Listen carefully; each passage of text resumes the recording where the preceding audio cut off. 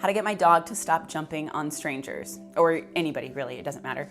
If you haven't watched the leash reactivity video, watch that first. You need to use a Herm Sprenger prong collar. It needs to be fitted correctly. That's really important. So all I'm gonna do is use this leash and prong collar to tell my dog, I don't want you doing that. I'm not saying, no, you can't do this, but here's what you can do. I'm just saying, don't ever do that again. I just need my dog to know that that's a behavior that is absolutely not allowed. So I set this up. Make sure that you set this up as a training exercise. Don't just leave your leash and prong on your dog and hope that you catch the moment to give them a correction. Set it up. So if your dog is triggered by somebody walking through the door, which is what I do here, set that up, have somebody come over, knock on the door, let your dog be triggered by that so that you can do the correction. I'm gonna show you how I give the correction for jumping. I've got my leash and prong collar on my dog. My mom's outside the door. We're setting him up like a training appointment. She's gonna walk in and he's gonna jump on her. I'm gonna give him the opportunity to jump on her because I wanna make sure I can give him a correction. So here she comes. He goes up to her, he kind of sniffs around. He gets a little bit more excited and right here, pop, that's it. That was the correction.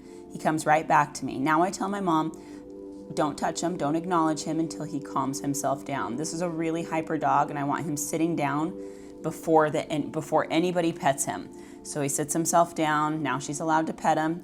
He's still hyper. So we do this a couple of times, and then the only time I gave that correction was in the first video. He doesn't jump again, but by this next video, this is about the third time we've done it. Now right here, he is extremely calm. So now she walks in, don't touch him, don't acknowledge him until he calms down. I didn't ask him to go into a down, but you'll see right here, he puts himself right into a down. His body language, everything is much more calm. And the reason being is everybody's ignoring him. Nobody's giving him any attention. Now that he's calm, now he gets the attention. That's as simple as it is. You correct what you don't want and you praise for what you do want. It only took a couple of times for him to get that. Okay, now here's with the next dog. This is a 12-foot leash. I was just trying a different leash just to see if it made any difference. I gave him a little bit more leash. So same thing, here comes my mom. She's gonna walk in.